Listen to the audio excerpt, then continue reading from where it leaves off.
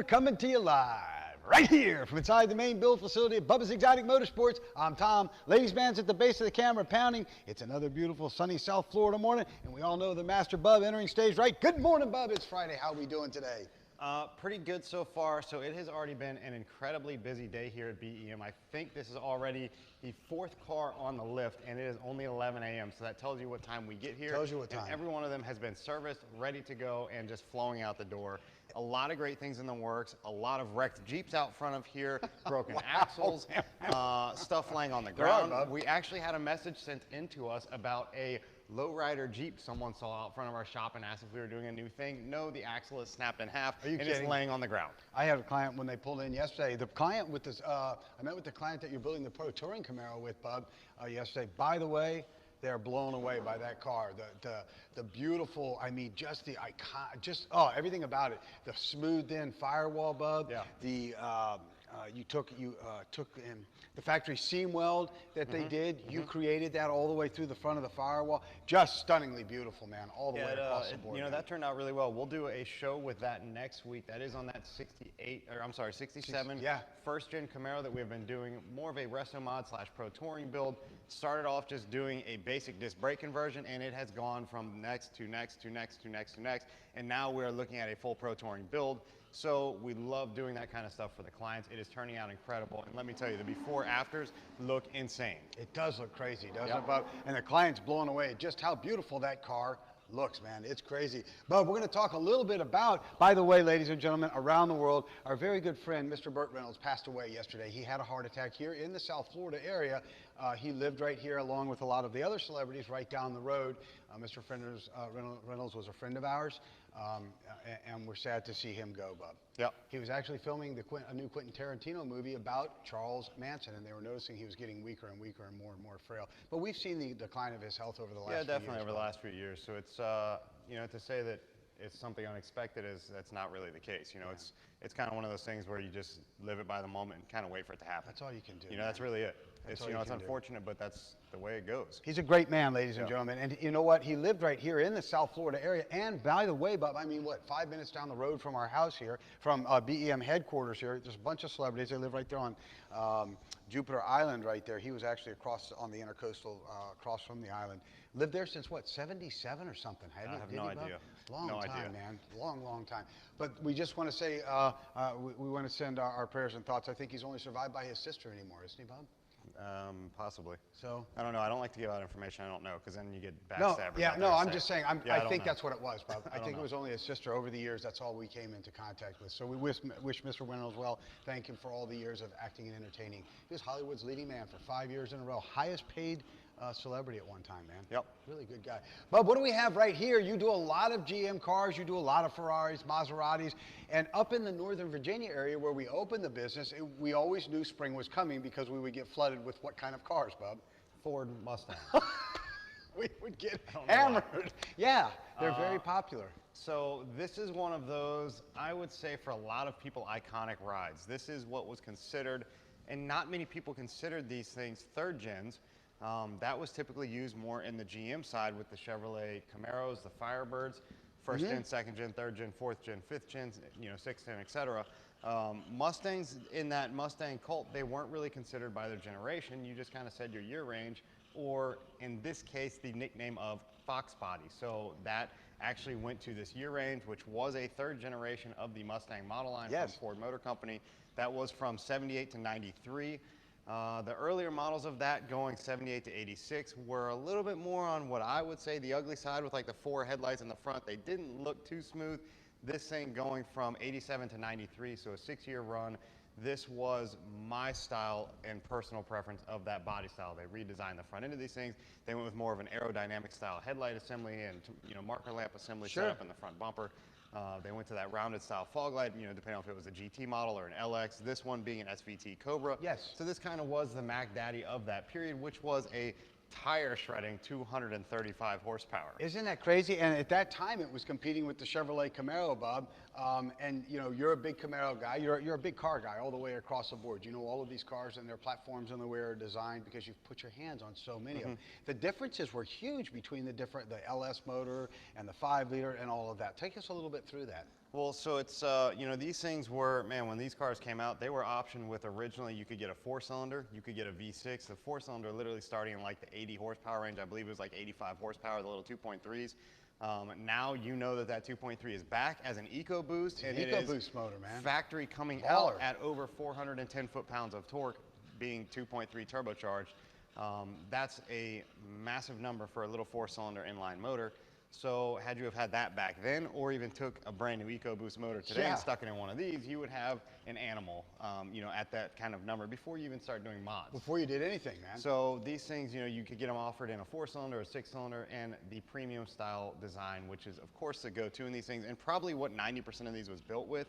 I don't know the exact production specs on, you know, V8 versus 4-cylinder packages, but there were a lot of GTs, a lot of LXs that came with that badged 5.0 emblem.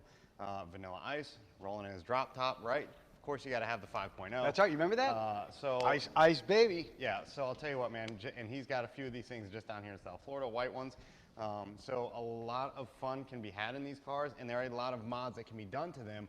If you were to find one, now keep in mind, over the years, these things have been butchered every possible way you can imagine, from race cars to track cars to road race cars. This is actually the body style car that Steeda, the aftermarket industry for automotive parts for Ford, for these Mustangs in particular. This is what they made their mark in the world on, was Fox Body Mustangs. Steeda was also a sponsor of the BEM SEMA award-winning Mustang that you took first place with last year, Bub. That's right. They had their names all over that down at SEMA. Good morning to Allie. She's watching out there as well, Bub. So, good morning. She says you're going to build her a bitchin' little Mustang. All right. Sorry. You're not scared, are you, Bub? No, not at all. No, absolutely not, man. So, Bub, these were iconic little cars, man. How did they stack up against the Chevrolet Camaro platforms? How, kind of give us a pro. Were these bigger, they've been hand small? in hand, man. It's, you know, that's always been a rivalry over the past, God, I don't even know, since literally back to the early 60s, right? When the Mustangs were coming out, you know, when they started like the rare option 64 and a half. You know, going into Chevrolet's Camaro side, which started in 67, you know, you didn't race and I'm talking like from a value standpoint, from a brotherhood standpoint, you didn't race a 65 Mustang against a 57 Corvette. Like you just weren't on the same page. Generationally, you're saying? No, I'm saying from a performance class. You weren't on the same page. The Vet was going to take it no matter what you had done, right? Okay. So from a performance class and from a relatively comparable class, it was the Mustang and it was the Camaro, and also like the Challengers, you know, the Chargers, things like that. Those were also on the bigger boy side because they had bigger engines in them. But if you were comparing like kind of apples to apples, whatever you want to consider it, it was Mustang and Camaro in the performance years, literally all the way back from the 60s through today, and that is still happening daily. And that's what it was, man. But they were always fairly close. Like, for example, this is a 93. I want to say well, 93 was going to go into a 4th gen on the Camaros, so going to 92, 82 to 92 is 3rd gen on Camaros. Those cars, I think, maxed at 240 horsepower with a 350 TPI tune port setup. So, and that's where you had a little bit of a difference on the GM side. You could get the 305 tune port, which was a V8, which was like the 205, 190 horse range. Or you could get an optional bigger V8, just a little bit more. You can go from a 305 to a 350. Yep, 5.0 to 5.7. And you could get another 40, 50 horsepower out of it. And that is where guys like this would have trouble, because you could only get one 5.0. Which was the 5-liter right. Mustang. Now, Bub, Ford's re-announced the 5-liter. You have just completed the world's first twin-turbo Hellion-based 6-speed 5-liter 2018 Mustang. You're doing some additional body mods and exhaust work on it right now. Car runs real strong. Why did Ford bring back that 5-liter engine? And so you know, ladies and gentlemen, before the master answers that, they went to a 4.6 for many years, which was used in the Crown Vics and their bigger fleet lines and their police interceptors. Yeah, so it's you know, it's all about today's technology, today's power and efficiency, and what you can get out of something, and also a maintenance standpoint. What's the lifespan you can get out of these things? And it's literally like you see ups and downs. Like, so for example, the LT-based motor from Chevrolet, we're talking General Motors now, not the Ford side with like the Coyotes and 5.0s and things like that. When you talk about the General Motors side, the LT platform, that was a Generation 2 motor, so that was like 90, I want to say that was maybe 93, was the first year of that motor, and it ran to 97, end of 96. So that was only a 3-year motor that General Motors did, and that's it, which is not a long run. Is it a desired after motor, though? Yeah, it is, and what I'm getting to is, so like that was an LT1. You could get the option for like Corvette-based models for an LT4, and there were a lot of people that took like the LT1 motors that would be like stock Camaros, things like that, SS Camaros. You'd get those, and then you would actually put in like an LT4 hot cam kit from General Motors, and those things would just boost those numbers up huge and make the car just an absolute animal. But when you consider that there was that 3-year period that they ran the LT-based motors and they scrapped it, they went to all LSs, you know, going to the all aluminum, more horsepower, more efficient. Now what they've done is they've gone back to the drawing board, and General Motors in this case has brought the LTs back out, and that's what you're getting in the vets. Interesting. So the LT is back like so the LT is 5.0 is back. Right. So the LS is gone. Now the LT is back, going into an all aluminum based setup, but they've kind of taken everything that they've learned over the years and built an even better package. Well, come on with this guy. Simple as that. There's D. So, you know, that's the same thing that Ford's doing in terms of their 4.6s that were a very long run. I mean, Ford used the 4.6 for a very long time. They did them naturally aspirated. They did them supercharged. You could get them in pretty much every possible option, and then you could even go bigger than that if you wanted to get like a 5.4. Same design engine, but the larger version of it, much like the 5.0 versus the 5.7 in the Chevrolet side. So plenty of options. It's all about what you are buying. Bub, one of the things I wanted to ask you about, though, is these cars were not meant to handle boost. For example, technology has come so far in such a short period of time. Today's motors you can boost without doing a lot of internals, correct? Yeah, you can boost them pretty good. I mean, so what was the difference between this generation? Is it that the American market It's all cast. It was all heavy-duty cast iron. There was nothing aluminum on these. In the SVT Cobra case, you could get the optional aluminum heads. That's what this car would come with at 93 only. Any other time, it was just the iron head setup, iron block. It was very heavy. Typically, everything that was inside of it was still cast iron. Nothing was forged internally. So you were working with stuff that couldn't handle much outside of what it was meant to do in terms of putting boost to it, things like that. Now, these motors with themselves, you can still boost them, but you can boost them safely. You can do, and this is kind of what we're talking about with basic bolt-ons, this one being in the 235 horse range factory, you can boost these things up with, like, for example, a Vortex supercharger, a Paxton side mount, nothing down the center, not a root style. You can throw one of those things on here, and I'm talking bolt-ons. You throw them on, $5-6 grand. Never ran right, leaked oil, but never you fit push right. you push that number to probably 420 horsepower. So for a go-to bolt-on item without taking the whole motor apart, doing heads, doing custom tunes, doing cams, doing a lower end of the thing, doing all this different work, you can buy a bolt-on piece, you can stick it on, it comes with a tuner, and you're ready to go. And that gives you that over 400 horse mark, which, by the way, would take this car and hang with any of today's Mustangs, Camaros, This one Challengers. would. Yeah. So, Bub, here we are with a 92, 93, I'm sorry, 93. And just in that 15-year span, things have changed so much that you can do complete bolt-ons, direct fit, don't leak, hand tune, and ready to go, versus these that had heavy side mount Vortex supercharger, root style blowers, this, whatever it is, right? And never ran right, man. They leaked oil. You had lower end problems. Yeah, you know, that was the biggest problem with these cars was, you know, these are early fuel injection. You know, you were talking to me about wanting to get like a 3rd-gen Camaro earlier. Yes, I did. And it's one of those situations where, like, yeah, they're super fun. They're great to have. But those systems are,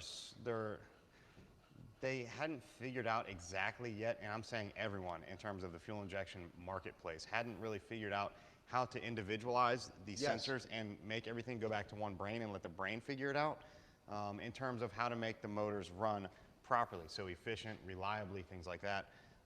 Same thing with these. You know, there were so many different little sensors and tweaks and mods, the idle air control valves, the search and idle on these cars. You know, the cars would randomly shut off when they got hot because of ignition modules, things like that, that just made people either hate them, not know how to work on them, and start cutting up things and hacking them up and checking wires and cutting wires and all kinds of nonsense that went on over the years because it was just a system that wasn't perfect yet. Well, now you get into today's fuel injection stuff, it's perfect. So if you have a problem with, for example, you know, the motor starts running hot, it's only going to be one sensor that starts failing or communicating with the brain and it makes the brain is what adjusts all the other sensors, right? So it's the brain that's doing the work. On things like these, one sensor is literally tied into the next sensor and tied into the next sensor. They're daisy chained together. So it's all like piggybacked, and if one thing would go wrong, it would give you symptoms of about 8 sensors, and before you know it, you've taken half the motor apart, you've spent about $1,000 in Jesus, sensors. man, I remember. And you still don't have the crap running right. You know, you're swapping computers under the dash, trying to plug in Remember harnesses. the days, and you're man. Like, man, is the computer bad? Is it just this? Is it that? It's probably not. It's probably something simple. You just have to exactly pinpoint what it is, because it'll give you 10 different symptoms. And then you were dealing with the OBD1, because this is prior to 96, the OBD1 or Omberg Diagnostic 1, the bricks, as you were talking about, with different codes and keys and everything like that, and nothing, it was impossible to diagnose the cars and bring the client a cheap repair. Yeah, it was a lot, man. So, you know, these cars are one of the, they're one of the funner ones, man, if this is your personal preference and style. Now, 235 horsepower coming out of the Cobra side, that number can easily be bumped with your basic bolt-ons. And that was what we had a lot of questions on in terms of 80s, 90s, early model muscle cars, not like the true 60s, 70s stuff like, you know, Chevelles, big boy Camaros, things like that. But just your fun rides that are now starting to take off in the marketplace, the third-gen Camaros, the third-gen Mustangs. People wanted to know, like, how do you get that number aside from just throwing in a massive motor? If you wanted to go out and buy an all-original car, this is a perfect example. It was 15 grand for this car, all original, numbers matching transmission, motor. Nothing's ever been through. It's been one-owner car, and it's been literally maintained its entire time. So now this owner who bought it, a little bit of a younger guy, but he wants that numbers matching. He didn't want them molested and cut up. So he spent the money, he paid the big bucks to get the car in a great value versus getting something off Craigslist for $3,500 that's been hacked up and modified, and you'll never figure the freaking thing out. So he gets it. Now he wants to do basic bolt-ons. Basic bolt-ons for these cars make them super fun. You get up in that 250, 260 horse range by doing simple things: a cold air intake, a full exhaust system, in this case, long tube headers, going with an off-road X-pipe, getting rid of the cats, and which these things were 4 cats originally, and then going, like for example, this setup, we're actually going to run a 40 series original single chamber muffler coming out the back with the polished stainless tips. So that is all coming in right now from Flowmaster to us to get that on this car, and it's going to give this thing that true 5.0 tone. Bub, I see right here that one of the upgrades you're going to be doing on this particular car is the exhaust system, okay? Please tell us what system you've chosen for this car and why you've chosen this particular system, not because you're sponsored by it, but why? So here's what I did. So when you buy direct fit systems from companies like American Muscle out there, that's probably your go-to source place for like Fox Body Mustang stuff, even up to today's Mustangs, 78 all the way up to today. They have systems pre-built and packaged. So in a box, you get everything you need ready to go. Everything for like a catback style exhaust, fully bolt-on, bolts on at your stock H-pipe, X-pipe, whatever system you may have. It is a true bolt-on system, so you can do it on your ground, in your driveway if you want to do it that way, or like we're going to do here, BEM Professionals, doing it on the lift, up in the air, so we can make sure everything's lined up, no clearance issues, everything's going to be perfect when it's done. What I did was actually go to Flowmaster's site. I pulled up all of their product options for the 78 to 93 Mustangs. They get limited. You start getting into different rear bumper designs, whether it's an LX or a GT or a Cobra. So you start getting limited. So now I find the only systems available for Cobra, and I start breaking it down from there, because the only thing Flowmaster is selling is an American Thunder series with the Super 44 series muffler, which is a 3-chamber muffler, not what this client wanted. You can't do anything about it. Flowmaster won't swap that muffler out for a different one. It's just the name of the game. You're buying what's pre-packaged and it's done. So what we did was actually pull up a parts list and diagram of what that kit would have come with for this car, pre-packaged from Flowmaster. We sourced out all the parts for it individually, from the entry pipes to the exit tailpipes, and we pulled the part number for the mufflers, and we're actually swapping them, replacing them from the 44s to an original Series 40, which is going to really give this client that tone he's looking for. Well, one of the things we hear on exhaust systems or mufflers, and we'll do an whole exhaust system show at some point, we hear a center in or center out, offset in, offset out. What does that terminology mean in terms of mufflers for those who don't know? By the way, good morning to Spanky out there. Good morning, guys. Rocking it from Spanky's. Spanky's Hot Rods. Our hot rods done Bubba style. You, Spanky, and I go back many years. I was looking at the picture of us in the Indianapolis show when we were on tour back there. Spanky's a very good friend of ours, and he's an amazing builder out there, Bub. So Spanky would like to say good morning, Bub. Morning, Spanky. Everybody, check him out. Check out Spanky's Hot Rods. It's online. Mark Hoffman is watching, the BEM dirt track driver up there from Maryland. Mark, don't forget that we are on tour in Tampa tomorrow, so we do not have the podcast. We're going to be rebroadcasting the show. Jack Bias up there in Canada says, good morning, Bob. Morning, Jack. So, Bob, let me go back to it. In exhaust world, and we'll do a system about long tube. There's a whole science, and it's going to take. It would take 2 days for you to explain exhaust to people. But when we hear terms like center in, center out, offset in, offset out, share with the public what does that mean, please, Bob? So that's simply in your muffler design, right? So mufflers aren't just a tone. Mufflers are everything from a size, a shape, whether they are oval, whether they are square, whether they are rectangular, whether they are round. I'm telling you, literally you can get anything you can imagine nowadays. You can so I said this could be a whole episode. You can literally not get mufflers and you can get cone inserts. As simple as that, just to baffle things down. A lot of track cars have that kind of stuff. But it is nothing more than when you refer to offset inlet, center inlet, or the size of your outlets, whatever it may be. And as you can see, Flowmaster, very dummy proof, marks these things up how they should be inlet. So don't take that off and walk around with it, because I know you'll do that. And then I leave will. me I'll over put it there on my hanging. forehead right here. Yeah, and you'll probably put it on backwards too. That's right. But upside down. Because Flowmaster thinks through dummies, they actually stamp it in the face of their muffler as well, in case somebody like this guy does rip off the inlet, which he will, by the way. They do stamp it, so you cannot screw it up. And trust me, we have had rides come into BEM backwards with them on backwards. It is like a joke. Yeah, like tires. I mean, absolute joke. So we will do an upcoming episode on exhaust. When people hear the science behind it, like most people don't know, Bob, let's see, Mark Hoffman says, good morning, guys. I'll be calling Saturday. And he goes, well, poo. Yeah, we're on tour over in Tampa this weekend. I think Bub and I pull out Tractor Trailer Leaves Tomorrow. We're there late Friday night, then Saturday or whatever. But no problem, Mark. Mark is referring to the race report on Saturday mornings he gives. So I'm just trying to finish my explanation here. So what I was going to say, Bub, we will do a whole exhaust system on this, but for example, there's a difference between long tube and short tube headers and what they do. So let's go back to what we were talking about, our original question here, which was offset inlet, offset outlet, center inlet, things like that. So that is literally the position of where your pipe is coming in and also where your pipe is leaving the muffler in relation to the shape of the muffler itself. So this one in my hands here is going to be an offset inlet. As you can see, center of the muffler would be in the center. This would be an offset inlet, and this would be an offset outlet. So you could have a difference of a offset inlet with a center outlet. It would be coming out here, depending on what you need for your application, and that's all it comes down to. That's what. But there's a whole thing to it, Bub. I just tried to simplify Headers are not just right headers, are they, Bub? No, headers are not just headers. There are tuned headers, there are different length headers, there are primary tube lengths that matter. All of this stuff does matter, even pipe size matters. It's exhausting. The BEM... Did you guys get that? It's exhausting. It's exhausting, Bub. Let me put this down gently on the floor here. I don't want to scratch it. The BEM dirt track driver, Mr. Mark Hoffman, who does the race rider report on Saturday, says,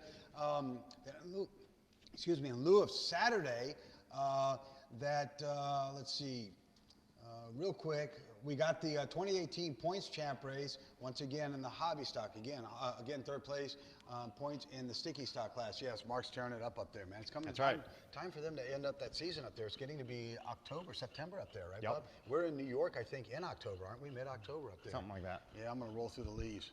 Okay. I'm going to frolic about, Bub. Probably. Yes, I am. So that is it for this episode. We wanted to just give you guys a little bit on these Fox body Mustangs. We wanted to throw some basic bolt-ons for these things. Again, your basic bolt-ons for these cars to cap it up, your easy items. Cold air intake assemblies, full exhaust systems, whether it's long tube or shorty. You might want to stay tuned and we'll give you the best tips on that. That's going to be cool. Depending on what you're doing with that application, I'm just going to tell you long tubes are the way to go for street cars. So cold air intakes, long tube headers, off-road H or X pipes, personal preference would be X if it is available in the product line that you're looking for, and then a full exhaust system from there. Typically in the 2.5 inch range is perfect size for a naturally aspirated setup, and that's going to give you a great boost from that factory. This is rated at 235 horse. This one's going to bump this SVT Cobra up by the time we're done with all these bolt-ons to that 260, 265 range, which is going to be a big difference. 235 horsepower, Bub. 15 years, we've doubled that number, stock. Easily. Base model. Yep. And I remember when all the naysayers said, oh my God, especially remember in the Harley community, they're going to EFI, they're getting away from carburetors. Hey, how is it when you start your bike, man, you go to let the clutch out, you're doing a 90-degree turn, and your bike doesn't go poof and fall over on you? Pretty true. Right? All right, I got to go. How about that, right? Yep. Until next Friday, Bub. Just keep on doing it, Bubba style. Ladies and gentlemen, we'll be out there in Tampa Bay. Leaving tonight? No, tomorrow, somewhere, I don't know. We'll be out there. I don't handle the tour schedule or any of that. Ladies man says he wants you to have a great weekend as well as we do this closeout, ladies and gentlemen. Oh, There he is. Ladies and gentlemen, let's reach out to touch somebody's life in a really positive manner today. Let's feed somebody who's hungry. If he's standing on the corner right there, ladies and gentlemen, look, I said the word feed, and Burr's ready to go. Ladies' man's ready. How about that? If he's standing on the corner with a sign that says, we'll work for food, or hungry and tired, man, take him right across the street, ladies and gentlemen. Sitco, 7-Eleven, any of those places. A protein drink and a power bar is cheaper than your designer cup of coffee. Shoes, man, if somebody's got holes in the bottom of their shoes, give them yours. Guys, you got a pair in your trunk, you know it. You probably got high heels in your trunk, guys. Mark Hoffman, I think he and Bruce Jenner know each other. Or is it Caitlyn Jenner, Bub, or something like that? Let's make sure, Mark, get a pair of shoes out of your trunk, man, give it to somebody. And if somebody's just got their hands full, if it's a lady, an elderly person, a grandma, it doesn't matter. Whatever it is, man, take the moment to open the door. We went out to dinner last night at a place, it's a health food restaurant called Belay. Really good place, man. And I wasn't paying attention. I really wasn't paying attention. There was a gentleman who walked out the door right behind me, and I didn't catch it, and I dropped the door on him. I felt terrible. I ran back, tried to open the door. His hands were full, and I just apologized. I said, look, man, I'm sorry. That's not my nature. I always hold the door for somebody. In other words, let's just get out there and do a great act of charity for somebody today. You'll be a better person tomorrow for it. We are off the air on the road this weekend with the podcast. We're going to put up something special to re-air for you, ladies and gentlemen. Make sure you stay up with our YouTube channel. We're posting 3 new 4K videos a day now, and we're killing it out there. We'll be back with you next week, and it looks like it's going to be exhaust science and tips. It's going to be a great one. Until next week, ladies and gentlemen, let's just keep on doing it. Bubba style. Bubba, and Burr, you ready to eat?